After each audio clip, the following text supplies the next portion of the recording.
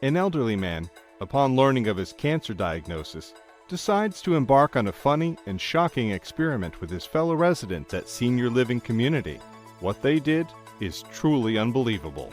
Brandon Hale, 80, spent his days at Finley Senior Living, enjoying the company of other seniors despite being a self-made millionaire with a collection of jets, yachts, and classic cars. He delighted in laughter and engaging others in various tricks and challenges. However, when he received his terminal cancer diagnosis, he was understandably shocked. Determined to accomplish one last thing before his time was up, Brandon turned his thoughts to a matter he had always avoided in his life. In school, he had been smitten with a girl named Hannah, and she had liked him too. Yet, Brandon's shyness and stutter had always held him back. Unbeknownst to Hannah, everything Brandon had achieved in his life was a way to prove to her that he was worthy. Brandon didn't eat for 3 days after hearing the news about his cancer. He thought about his life and his accomplishments. On the 4th day, he approached his fellow residents in the dining room and gathered them around the table. There were 2 women and 4 men present. He said, "Guys, you know that I'm about to kick the bucket soon, so I wanted to accomplish one thing in my life. I want to sneak out of the living facility, go to my school love's house, sing an old song to her, and propose to her for marriage. I think she's a widow now." Amira Campbell, a retired teacher, blurted out. "But why would you sneak out? It would be enough to ask someone here to help you, and they'd gladly take you to her house." Brandon shouted, "Then it won't be funny. And by the way, I'll give $10,000 to anyone who participates in my experiment." Liam Fuller, a 72-year-old ex-firefighter, said, "I'm sorry, Brandon. I'm out. My heart is too weak for this." Alexa Briggs, a former nurse, also added, "I think I'm going to stick with Liam here. I don't think it's a good idea. What if they catch you?" Brandon smiled. "There you go. That will add more spice to our boring days here, isn't it?" They looked at each other in silence and shrugged. Brandon asked again, "So, who's up?" Amira, the retired teacher, Blair, the ex-engineer, Carson, the former business owner, and Connor, the retired professor, raised their hands. They spent the rest of their day planning their escape from the senior living facility. After dinner, they all went to their bedrooms and slept as usual. At around 4 a.m., the security officer noticed someone moving slowly in the corridor on the monitors. It was the group of 5 seniors, including Brandon, attempting to sneak out of the facility. Brandon whispered urgently, "Move! Move! Quick, quick, quick!" Using the light from his smartphone, Brandon guided the group as they moved silently in the indicated direction. The security officer, amused by the sight, yawned and pulled out his phone to record what he considered the event of the century. He couldn't help but smile as he watched the elderly residents make their way down the corridor. The group of 5 turned the corner at the end of the building, and the security officer suddenly lost sight of them. The entrance door was locked, and there were no other rooms for them to escape through. He checked the security cameras, even the exterior CCTV footage, but the seniors were nowhere to be found. Panicking, the security officer quickly left his post and rushed to the scene. Unable to find any clues about the group's whereabouts, he hurried to the manager's room to wake her up and deliver the news. Meanwhile, the group of 5 had made it to the back side of the facility. They carefully climbed into the car and Blair started the engine. To avoid detection, they refrained from turning on the headlights. Suddenly, Connor, the professor, spotted the cook from their kitchen walking towards them. Being 87 years old, he stepped out of the car and turned to Brandon saying, "I want my check tomorrow." Brandon whispered to him to stop, but Connor didn't listen and approached the cook. When asked what he was doing outside in the middle of the night, Connor pretended he had lost his memory. He said to the cook, "Hello, Adam, my son. Where is your mother?" The cook shook his head and replied, "Okay, Connor, let's go to your room." He took Connor by the elbow and they walked away. Blair Norman, 80 years old and a skilled engineer, silently drove the car away and merged onto the road. A little later, all the lights at the facility were turned on and the staff searched outside for the escapees. 4 of them remained in the car: Brandon, Carson, Blair, and Amira. They drove slowly to the place where Hannah lived, a journey that took about 4 hours. Meanwhile, the police had arrived at Finley Senior Living and were interrogating the security officer and Connor. Connor convincingly faked memory loss and felt a sense of satisfaction inside.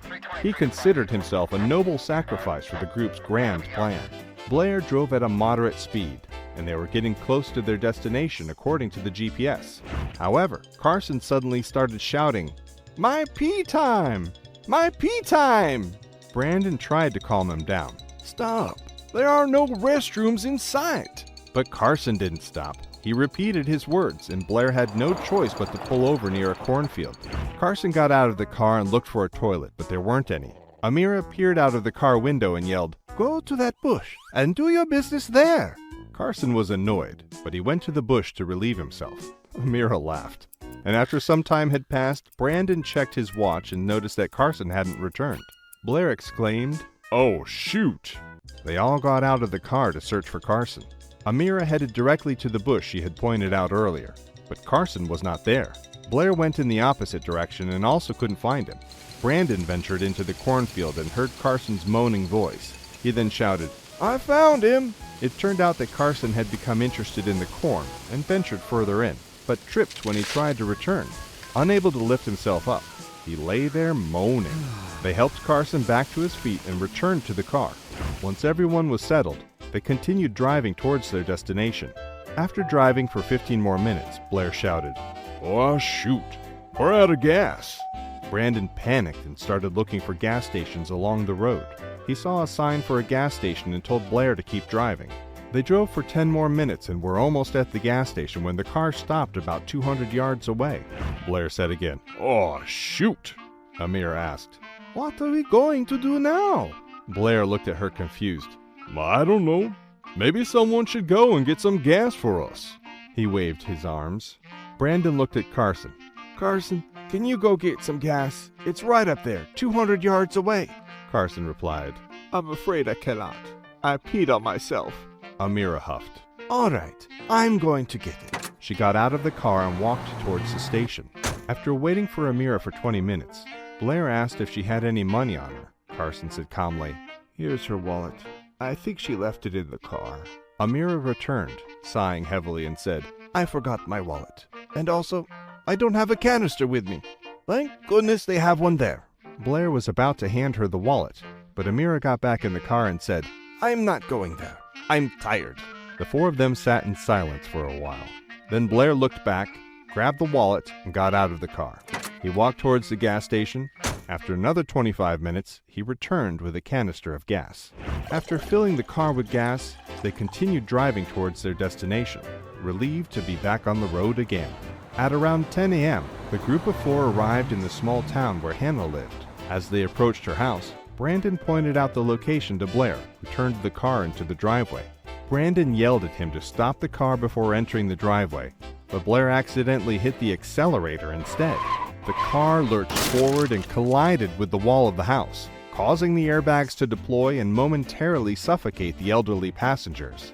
Struggling to get out of the car, they caught the attention of some passerbys walking their dogs. The concerned onlookers quickly gathered around to help the seniors and promptly called the police and an ambulance. The police arrived quickly and began asking questions. Blair lay on the grass. Amira angrily shouted unintelligible words in her native language at Brandon, and Carson calmly tried to answer the police's inquiries, with pee stains on his pants. However, Brandon was focused on the house, which appeared empty. He knocked on the door several times, shouted Hannah's name, and grew increasingly desperate to find her. One of the neighbors mentioned that Hannah was likely out for her usual morning walk. As Brandon turned his head to speak with the neighbor, he spotted Hannah approaching her house, looking concerned. He rushed towards her and stopped her on the sidewalk. He attempted to speak quickly, but his stutter returned. Hannah slapped his face, took his head in both hands, and asked what had happened and if everyone was okay. Brandon felt relieved but couldn't say anything and just nodded. Hannah walked over to a policeman and started talking to him when another officer approached them. It seemed he had been communicating via radio and had already discovered the identities of the elderly group. However, the police still didn't know what the seniors were doing there.